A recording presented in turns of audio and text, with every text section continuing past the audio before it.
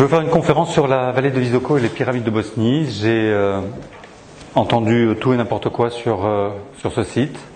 C'était il y a 5 ans. Et j'ai décidé de m'y rendre pour voir. Et pour me faire mon opinion. Et j'y vais tous les ans depuis 5 ans maintenant. Le lieu est incroyable. Et c'est tout ça que je vais essayer de vous montrer aujourd'hui. Depuis 5 ans maintenant, je collabore avec Sam Osmanagic, qui est l'archéologue qui a découvert le site. Et il m'a confié le site en français sur les pyramides de Bosnie que vous retrouverez sur Internet. La vallée, elle est assez particulière puisqu'il y a ces structures pyramidales. Qu'est-ce qu'une pyramide ? C'est un monument géométrique avec une orientation bien précise. On a une architecture à 4 côtés en triangle, bien souvent, des matériaux qui sont soit taillés, soit moulés. On a des tunnels, souvent, et des chambres internes ou souterraines. Il y a souvent de la présence d'eau qui pourrait servir comme un carburant pour ces structures pyramidales. Il y a énormément de pyramides sur tous les continents, et c'est vrai que la découverte de ces 15 dernières années montre qu'il y a des pyramides partout, et ça exigerait vraiment de refaire une réévaluation totale de notre histoire et de notre passé, parce que tout ça faudrait effectivement changer les livres d'histoire. Les pyramides, ce ne sont pas pour la dernière fois des tombeaux ou les lieux de dernier repos pour un pharaon ou un dieu ou quoi que ce soit. On n'a jamais retrouvé un corps dans une pyramide. Jamais. Il existe des milliers de pyramides dans le monde entier, et le passé était un monde de pyramides. En Europe, on a quelques pyramides. On a la pyramide en Angleterre, Silbury Hill, qui est une pyramide à degrés qui a été recouverte de terre. À un moment donné, dans l'histoire de l'humanité, toutes les pyramides ont été recouvertes de terre. Pour les cacher, pour les protéger, on n'en sait rien. Mais c'est un fait. Dans différents pays, il les nettoie, il les déblaye, il les restaure. Dans certains pays, il les laisse telles qu'elles sont, comme ici en Angleterre. C'est une pyramide ronde à degrés. Elle était faite en craie, avec de l'eau et un bassin tout autour. Ça devait être magnifique. C'est un endroit sacré là-bas en Angleterre. On y va tous les ans quand je fais le voyage dans les Crop Circles. Et jusqu'au siècle dernier, ils venaient voter les lois autour de cette pyramide. Ils descendaient de Londres jusqu'à Silbury Hill pour voter les lois.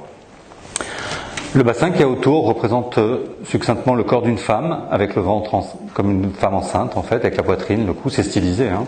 Et la rivière qui alimente ce bassin s'appelle la Kennet, et la Kennet remonte jusqu'à Londres, et ça va alimenter ça.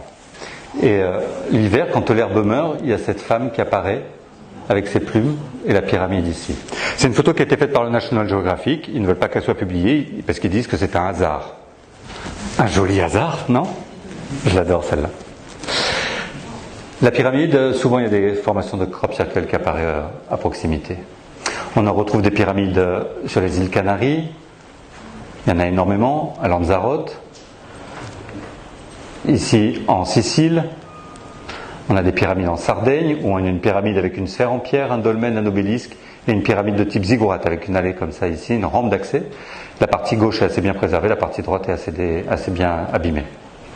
Il y a également les tombes des géants en Sardaigne. Ce sont des blocs mégalithiques qui font plus de 4 mètres de haut et plusieurs tonnes.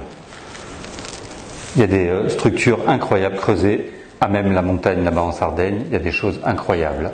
À Venise, on a cette représentation avec ce qu'ils appelaient les greniers de Joseph, des structures en forme pyramidale, et c'était en Italie. Ici, des pyramides en Autriche. La pyramide qui était au-dessus de Nice, à Falicon, qui est totalement détruite aujourd'hui. Ça, c'était l'intérieur. C'est un monsieur avec qui je travaille, qui s'appelle Guy Tarat, qui m'a confié ces photos. On voit très bien l'escalier qui descendait et des personnages qui étaient sculptés à l'intérieur de la pyramide de Falicon.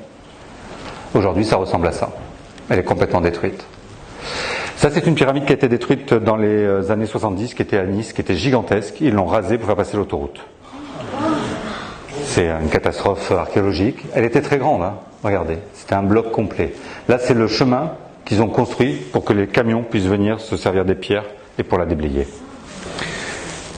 Et au pied de l'autoroute à Nice, je suis de là-bas de la région, les bureaux de l'Escota, là-bas à Nice, c'est les bureaux en forme de pyramide. Comme s'ils voulaient rendre un petit peu hommage, peut-être, à la pyramide qu'ils ont détruite. Voilà Guy Tarad, qui m'a amené voir une pyramide qu'il a découverte au-dessus de Nice, également en Provence. Et on a été la visiter, et c'est une structure où il y a de l'eau qui passe à ses pieds, 4 côtés en forme de triangle, et les 4 angles sont orientés sur les 4 points cardinaux. Donc maintenant on va faire des études avec des drones pour savoir s'il y a vraiment une forme pyramidale complète du dessus, et si c'est le cas, on commencera peut-être à faire des fouilles. Ici en France aussi, on a des pyramides rondes de type escargot. Et là on arrive en Bosnie avec la vallée de Visoko. Ici, vous avez ce qu'on appelle la pyramide du Soleil. Ici, en 2, la pyramide de la Lune. En 3, ici, la pyramide de l'amour. En 4, ici, le temple de la Terre-Mère. En 5, ici, la pyramide du Dragon. En 6, on a l'entrée de tunnels Kateka, qui ne sont plus accessibles aujourd'hui. En 7, ici, tout en bas, les tunnels Ravenet. Et en 8, ici, il y a un temple qui s'appelle le tumulus de Zgarvinska. Zgarvinska, ça veut dire la porte. Et on pense que c'était peut-être le point d'accès pour rentrer dans la vallée de Visoko. La pyramide du Soleil, la voilà. Elle est immense, avec des recouverts de terre, avec des arbres dessus. C'est très compliqué. Elle est vraiment très très grande et elle a une orientation parfaite sur le nord géographique.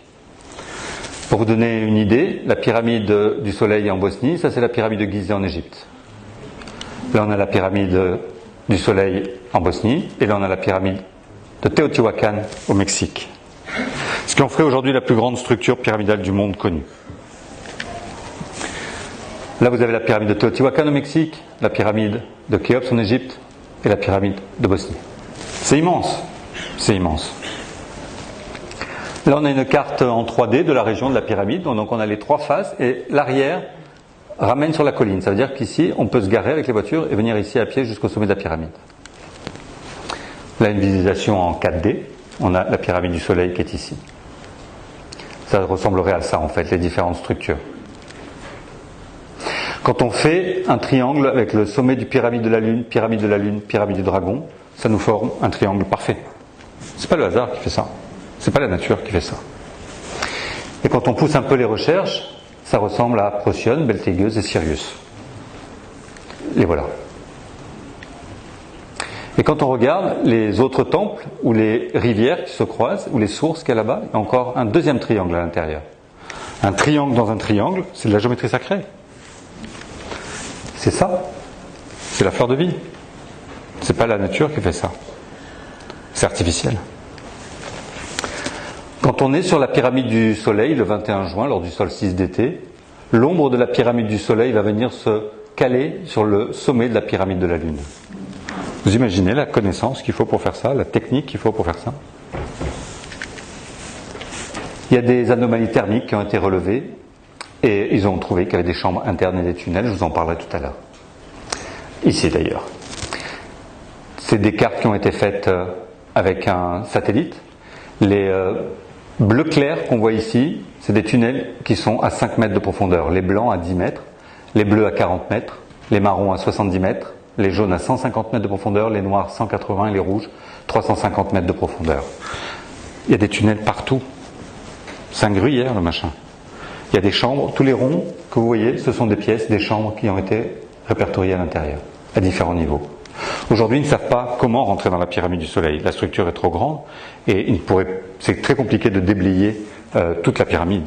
Il faudrait, si les gens travaillaient 365 jours par an, il faudrait plus de 7 ans pour nettoyer complètement toute la pyramide. Et le gouvernement aujourd'hui met des bâtons dans les roues.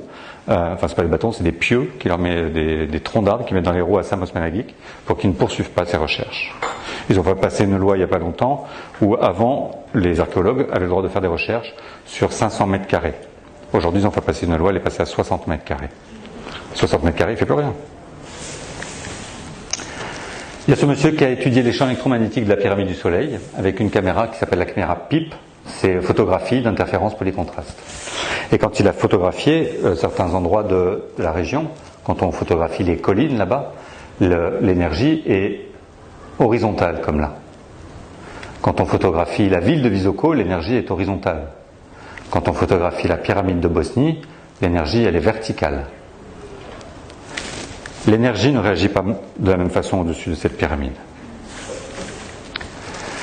Il y a plusieurs recherches qui ont été faites sur la pyramide à des différents points d'accès où ils ont pu déblayer. Et quand je discutais avec Sam, il me disait, moi quand j'ai vu ces structures la première fois, vraiment ça m'a fait penser à une pyramide. En plus il a fait sa thèse sur les pyramides du Mexique, qu'il connaît bien. Et il a tout de suite été faire des fouilles sur les angles pour savoir s'il y avait des pierres d'angle. Et effectivement, en 2009, il a trouvé des pierres d'angle ici et un peu partout. À partir du moment où il y avait des pierres en forme d'angle sur les arêtes de la pyramide, il a commencé à faire d'autres recherches et d'autres fouilles. Voilà l'angle nord qui a été déblayé en 2006. Les blocs qui forment la pyramide du Soleil, en fait, c'est des blocs qui ont été coulés avec du béton. Alors le béton, c'est très ancien, les Romains déjà connaissaient le béton, mais là ce béton il a une particularité quand même, il a un taux d'absorption d'eau qui est, normalement pour nous le béton quand on le fait pour les meilleures constructions est de 3%. Le béton qui a servi à faire la pyramide du Soleil, l'absorption de l'eau est à 1%. Pareil pour la résistance à la pression, nous on est entre 10 et 40 mégapascales pour faire les plus belles constructions qu'on sait faire. Et le béton de la pyramide du Soleil, c'est entre 73 et 134 mégapascales. Ça veut dire que le béton qui a été fait pour faire cette pyramide, on n'est pas capable de le faire aujourd'hui, on ne sait pas faire ça. Et ils ont retrouvé des joints d'argile qui étaient chauffés à 500 degrés pour tenir les blocs de béton entre eux. Aujourd'hui, ça pose quelques soucis, ils ont des blocs qui ont été cassés. Quand ils ont découvert les blocs, ils étaient entiers, chaque bloc fait entre 4 et 5 tonnes à peu près. Et il n'y a pas juste une couche de béton, il y a 3 couches de béton avec des blocs comme ça, l'une empilée sur l'autre. Et ils sont en quinconce. Et le problème, c'est que les autochtones savent que c'est des blocs de béton, et pour construire les maisons, la nuit, ils viennent récupérer des morceaux de ciment, de béton pour faire les maisons. Donc c'est compliqué. Et il y a plusieurs points comme ça qui ont été nettoyés, et SAM, c'est une fondation, ils n'ont pas aujourd'hui les moyens de mettre des gardes, des vigiles la nuit, des choses comme ça, c'est pas possible. Donc il y a des blocs comme ça qui sont cassés par les autochtones et qui viennent récupérer des morceaux pour faire les maisons. Le béton, on le voit ici, il y a plusieurs couches avec du sable, etc., les pierres sur le dessus. Et c'est vrai que quand on fait couler du béton, c'est toujours la partie la plus liquide qui va descendre en premier, et ensuite on a les grosses pierres sur le dessus. On a exactement la même chose ici.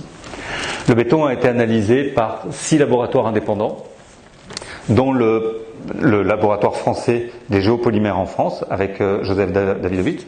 Et les 6 laboratoires ont déterminé que ce n'était pas quelque chose de naturel, mais que c'était quelque chose d'artificiel. C'était vraiment du béton. C'était pas la nature qui avait créé ça. Voilà, en gros plan, le béton. Et M. Davidovich qui confirme effectivement que c'est bien du béton, quelque chose d'artificiel. Ils ont découvert sur le bloc de béton, malheureusement, le béton on ne peut pas le dater. C'est fait avec des minéraux, on ne peut pas dater le béton. Par contre, ils ont retrouvé sur des blocs de béton des feuilles, qui au moment où le béton a été coulé, les feuilles ont été prises à l'intérieur. Et là, on a la matière organique et on a pu faire des analyses de carbone 14.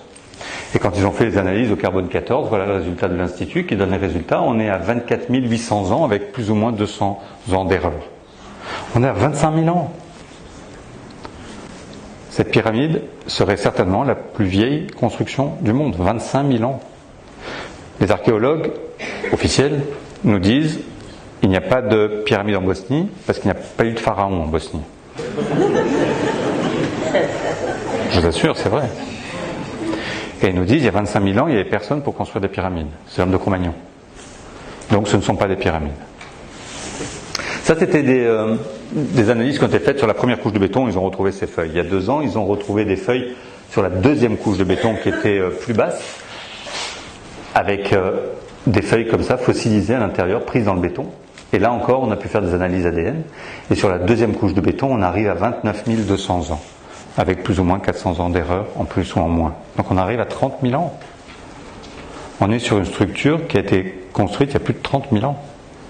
Ça, bien évidemment, l'histoire officielle, les archéologues officiels, ils ne veulent pas en entendre parler. Et ils nous disent, mais les rapports que vous avez faits, 29 200 ans, le carbone 14 c'est plus fiable quand ça les arrange. Mais ils nous disent, au-dessus de 15 000 ans, le carbone 14, on peut douter. Souvent, vous voyez cette photo avec ce rayon. Alors, c'est pas une photo, c'est un montage. On n'a jamais photographié ce rayon sur la pyramide du Soleil. Souvent, je le vois sur Internet, cette photo où ils commandent comme quoi il y a ce rayon qui a été photographié. Absolument pas, c'est un montage. C'est un montage pour illustrer ça. C'est qu'au sommet de la pyramide, ils se sont aperçus qu'il y avait un son qui était émis par la pyramide ou reçu par la pyramide. Ils n'en savent pas trop. C'est un peu un dilemme entre les chercheurs, mais ils se sont aperçus que sur 4 mètres de diamètre au sommet de la pyramide, il y a ce faisceau sonore qui apparaît, et ce sont des sons, des ultrasons, de 28 kHz. Et ça a été analysé et retrouvé par 2 scientifiques, un qui est un monsieur qui venait de Croatie, et un autre monsieur qui venait de Serbie, et les deux ont retrouvé exactement les mêmes chiffres. Et ils ont retrouvé exactement ces ultrasons qui sont émis ou reçus par la pyramide. Alors le dilemme, c'est que plus on monte en hauteur, plus le son est fort.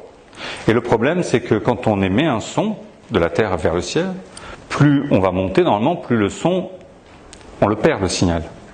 Et là, c'est l'inverse. Plus on monte, plus le signal est fort. Donc certains disent que c'est la pyramide qui l'émet, d'autres disent que c'est la pyramide qui la reçoit. Peu importe, il est là, ce faisceau, et on peut rentrer à l'intérieur. Moi, j'y vais chaque année, et on rentre à l'intérieur de cet espace de 4 mètres de diamètre. Et pour vous donner mon ressenti, c'est, comment dire ça, c'est comme si il y avait moins d'apesanteur. Voilà, on se sent moins écrasé par l'apesanteur, on se sent plus léger à l'intérieur de ce faisceau. C'est la seule chose que je peux vous transmettre par rapport à mon ressenti que j'ai eu là-bas. Et ce monsieur a fait des études avec les ultrasons, avec la fréquence justement de 28 kHz. Et il a réussi à mettre des balles de ping-pong en lévitation avec le son, avec l'ultrason à 28 kHz. Ça voudrait dire que peut-être que 28 kHz, c'est pour ça peut-être que moi je me sens léger, c'est peut-être la vibration pour la lévitation. Et le monsieur, il a laissé les balles de ping-pong flotter comme ça pendant la nuit, il est revenu le lendemain et flottait toujours.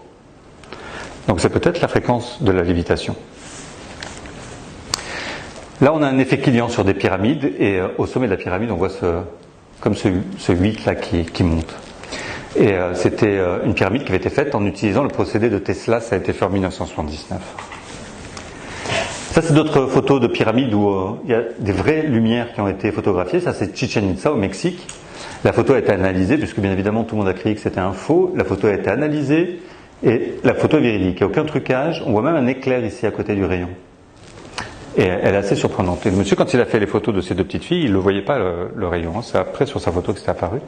On a eu quelque chose de similaire également sur la pyramide de Teotihuacan au Mexique, proche de Mexique, avec ce faisceau aussi ici.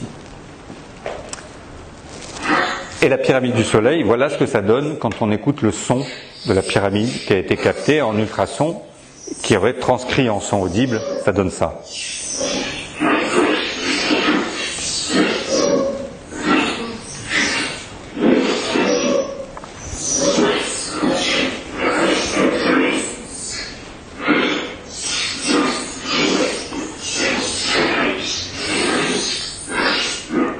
On dit que la pyramide du soleil parle, parce qu'on dirait vraiment quelqu'un qui parle. Hein. Moi j'ai l'impression que c'est Darvador, hein, je suis ton père. Et si quelqu'un comprend, je suis preneur. Hein. Mais c'est très particulier.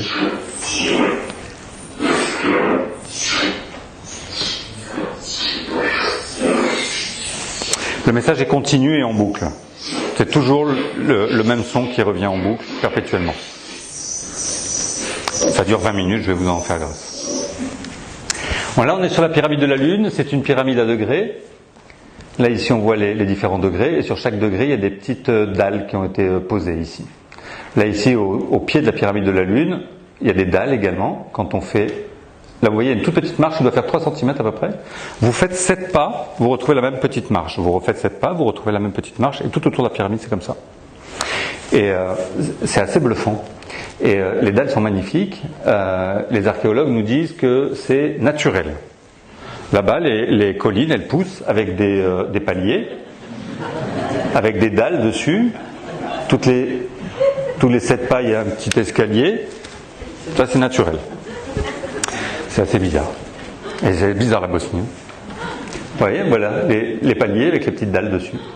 La petite marche, on la voit ici. Vous faites 7 pas, vous avez la même petite marche, on la revoit ici, etc. Donc ça pousse naturellement, officiellement en Bosnie. Moi, je trouve ça incroyable. J'adore ça. Vous voyez, les dalles sont parfaites. Tous les angles, parfaits. C'est naturel. Naturel. Voilà, Samos Managlik avec les dalles ici.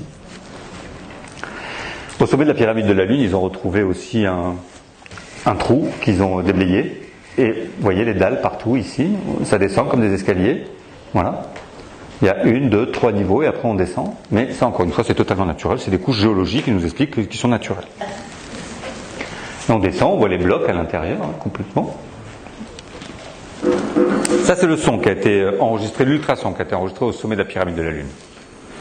C'est plus stellaire, ça me fait plus penser moi au son de le chant des sphères, les sons qui avaient été enregistrés dans l'espace par la NASA.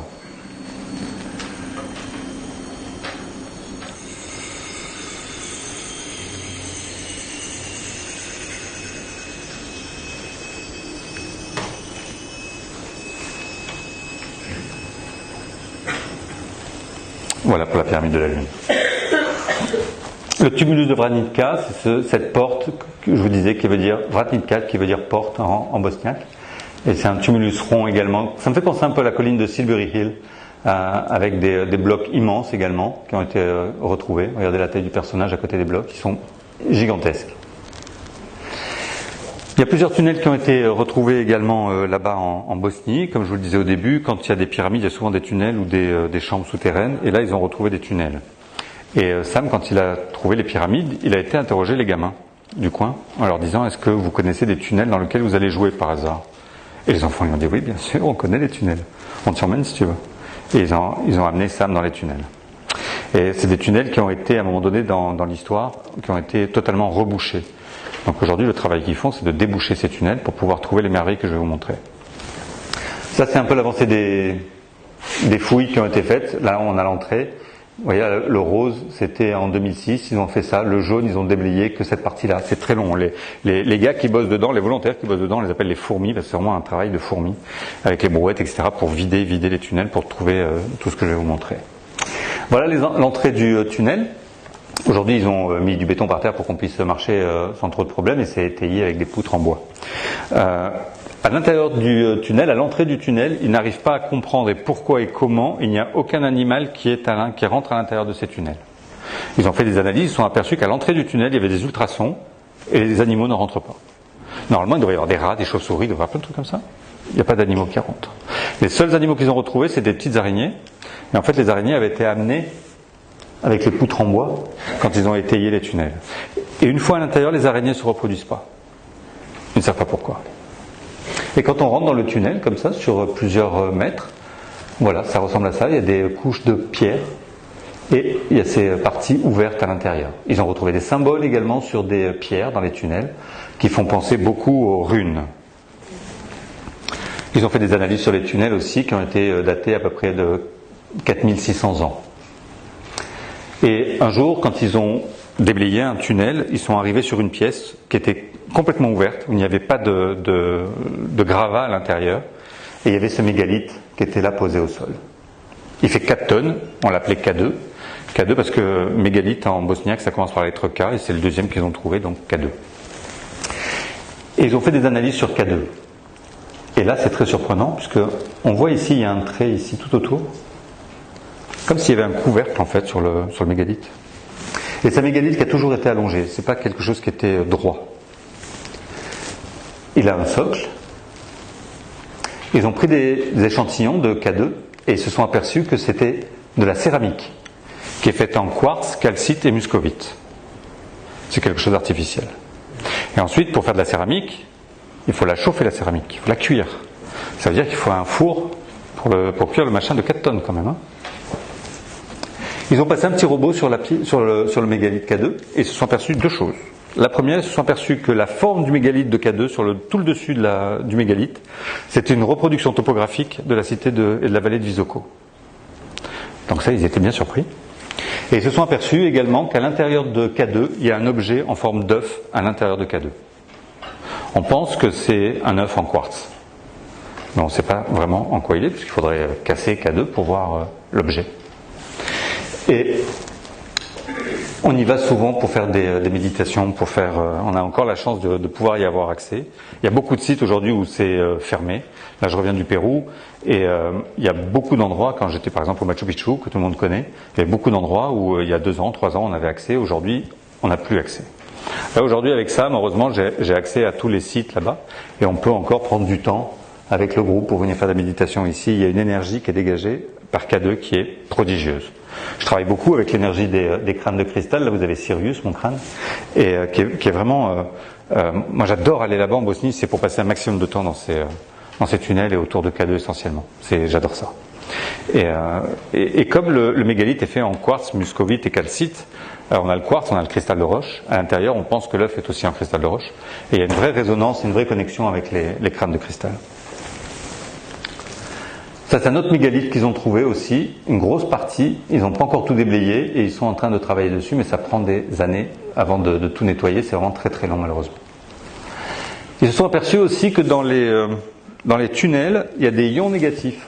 Alors, les ions négatifs, normalement, dans un centre de conférence comme ici, avant le salon, il y a entre 25 et 100 ions négatifs, ce qui est très peu.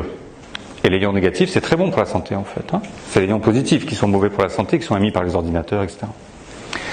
Dans les rues des grandes villes, on a entre 250 et 450 ions négatifs. Dans un village, on a entre 800 et 1800 ions négatifs. Tout ça, c'est au centimètre cube. Et en haut d'une montagne, on a à peu près 5000 ions négatifs. C'est pour ça qu'on se sent bien quand on va dans la nature. On fait le plein de ions négatifs. Ça nous fait du bien. C'est très positif. Aujourd'hui, les ions négatifs, ils les propulsent dans les bouches d'aération des hôpitaux. Parce qu'ils se sont aperçus que les patients, ils prenaient des ions négatifs et que c'était bénéfique pour eux. Et là-bas, ils se sont aperçus qu'il y a beaucoup de ions négatifs. Quand on rentre à l'entrée du tunnel, il y a 400 ions négatifs. Quand on est à 40 mètres de l'entrée, on est à 3000. Au mégalithe K1, on est à 10 000. Et quand on est autour du mégalithe K2, il y a 18 500 ions négatifs au centimètre cube. Plus de 3 fois plus que le sommet d'une montagne. C'est pour ça que je m'y sens bien. C'est pour ça que j'ai envie d'y retourner à chaque fois. Une autre particularité de ces tunnels également, c'est qu'ils n'arrivent pas à comprendre comment et pourquoi l'air y est totalement pur et respirable. Il n'y a aucun air vicié.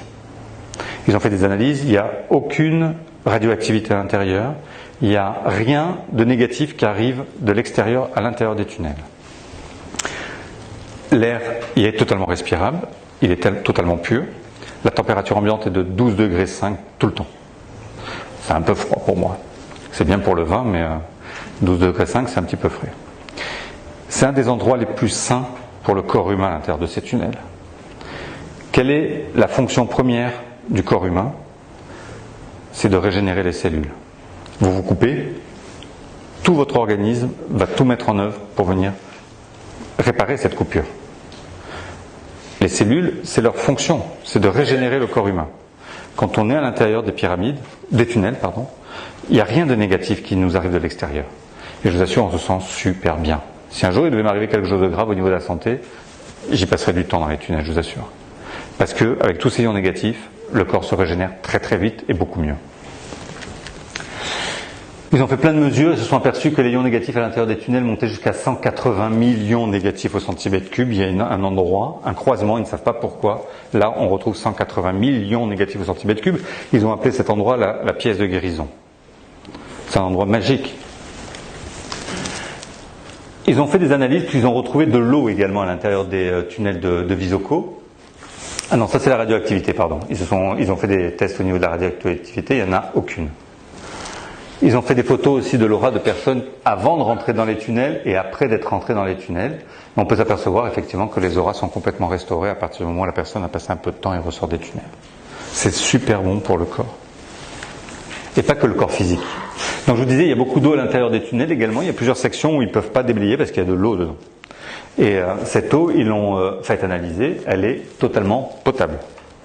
Et elle est de meilleure qualité que l'eau qui sort des robinets de la ville de Visoko. C'est une eau qui est particulière parce que pendant des milliers d'années, elle n'a jamais été en contact avec l'extérieur. Et il y a peu de temps, il y a 2 ans, il y a eu de très très grosses inondations en Bosnie. Vous avez peut-être dû en entendre parler à la télé. Et le niveau de l'eau n'a pas monté dans les tunnels. Des fois, il y a de très grosses sécheresses ou des chaleurs très importantes et le niveau de l'eau ne diminue pas dans les tunnels. Donc ça veut dire que l'extérieur n'a aucune incidence avec l'intérieur des tunnels, que ce soit avec l'eau ou les ions négatifs. Ils ont fait analyser donc la photo de l'eau des tunnels et à l'intérieur, ils se sont aperçus qu'il y avait une autre molécule, une autre cellule, pardon, pas une molécule, une autre cellule à l'intérieur même de la molécule de l'eau.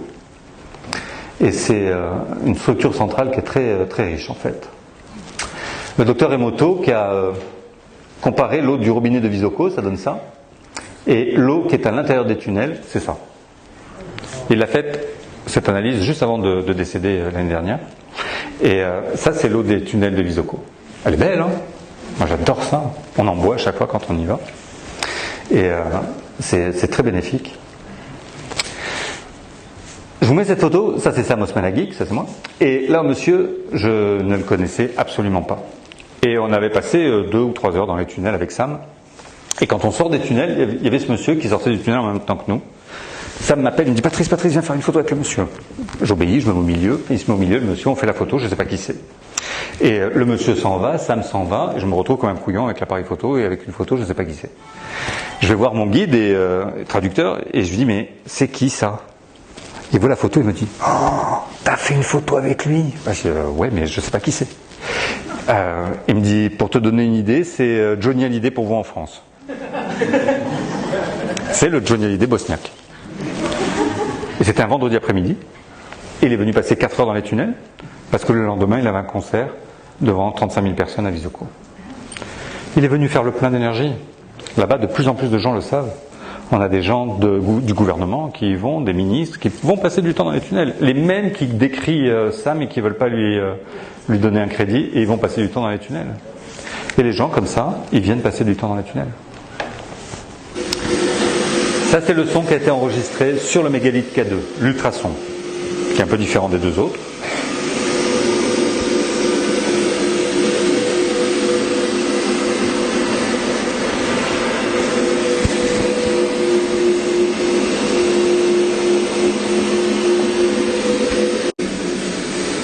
Voilà pour K2.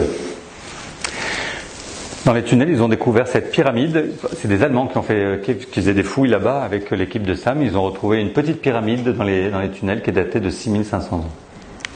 Et ça a été découvert en 2008. Donc là, la structure pyramidale, même au niveau artistique, était déjà connue là-bas. Et reproduisait, bien sûr, ce qu'ils avaient sous les yeux, à savoir la pyramide du Soleil et les autres. Ça, c'est une sphère qui a été découverte il y a 2 ans. Et la particularité de cette sphère, qui est une sphère en terre cuite, là ici, la partie que vous voyez ici, c'est une partie en métal, métallique. Il y a une tige de métal à l'intérieur de cette sphère en pierre. Ils ne savent pas à quoi ça sert, ils ne savent pas pourquoi. Moi, ça m'a fait penser vous savez ce qu'on appelle les piles de Bagdad.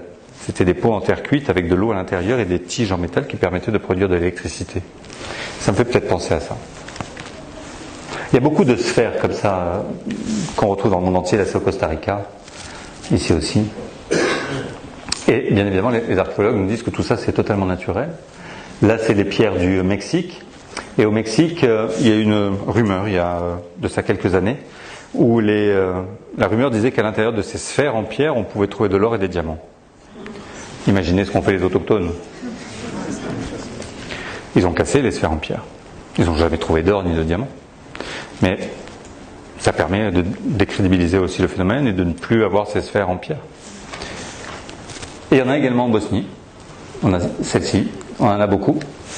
Et comme par hasard, il y a 2 ans, 3 ans, la même rumeur est arrivée en Bosnie. Et beaucoup de pierres aussi qui ont été détruites malheureusement.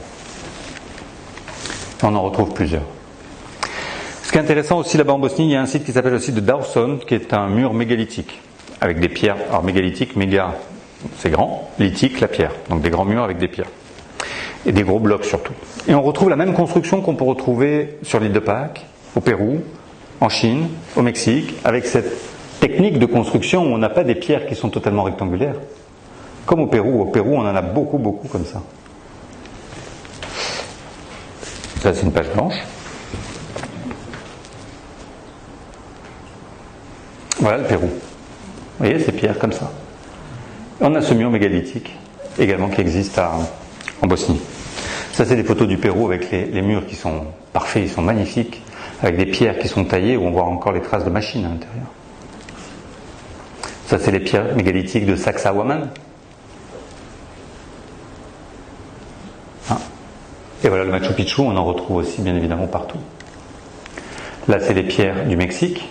On a ce type de construction. Et des constructions comme ça, on en retrouve dans le monde entier. Voilà tout ce que je pouvais vous raconter comme bêtise sur les pyramides de Bosnie. On a créé avec Franck Nabé, qui est ici sur un stand, on a créé ce CD pour la fondation des pyramides de Bosnie, qu'on vend 10 €. Et tous les bénéfices sont reversés à la fondation des pyramides de Bosnie. Sur ce CD, vous allez retrouver tous les sons bruts que je vous ai fait écouter, et également les mêmes sons arrangés et mixés par Franck Nabé avec des musiques méditatives. Donc si ça vous intéresse, vous pouvez retrouver ça sur son stand.